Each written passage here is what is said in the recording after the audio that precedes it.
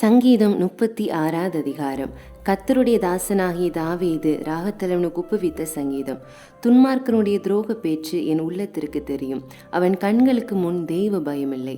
அவன் தன் அக்கிரமம் அருவருப்பானதென்று காணப்படும் அளவும் தன் பார்வைக்கேற்றபடி தனக்கு தானே இச்சகம் பேசுகிறான். அவன் வாயின் வார்த்தைகள் அக்கிரமமும் வஞ்சமும் உள்ளது. புத்தியாய் நடந்து கொள்வதையும் நன்மை செய்வதையும் விட்டுவிட்டான். அவன் தன் படுக்கையின் மேல் அக்கிரமத்தை யோசித்து நல்லதல்லாத வழியிலே நிலைத்து பொல்லாப்பை வெறுக்காதிருக்கிறான். கர்த்தாவே, உமது கிருபை வானங்களில் விளங்குகிறது. உமது சத்தியம் மேக மண்டலங்கள் பரியந்தம் எட்டுகிறது. உமது நீதி மகத்தான பர்வதங்கள் போலவும் உமது நியாயங்கள் மகா ஆழமாகவும் இருக்கிறது. கர்த்தாவே, மனுஷரையும் மிருகங்களையும் காப்பாற்றுகிறீர். தேவனே, உம்முடைய கிருபை எவ்வளவு அருமையானது. அதனால் மனுபுத்திரர் உமது செட்டைகளின் நிழலிலே வந்தடைகிறார்கள். உமது ஆலயத்தில் உள்ள சம்பூரணத்தினால் திருப்தி அடைவார்கள். உமது பேரின்ப நதியினால் அவர்கள் தாகத்தை தீர்க்கிறீர். ஜீவ ஊற்று உம்மிடத்தில் இருக்கிறது. உம்முடைய வெளிச்சத்திலே வெளிச்சம் காண்கிறோம்.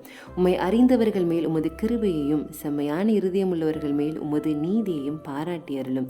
பெருமைக்காரரின் கால் என் மேல் வராமலும் துன்மார்க்கருடைய கை என்னை பறக்கடியாமலும் இருப்பதாக. அதோ அக்கிரமக்காரர் விழுந்தார்கள், எழுந்திருக்க மாட்டாமல் தள்ளுண்டு போனார்கள்.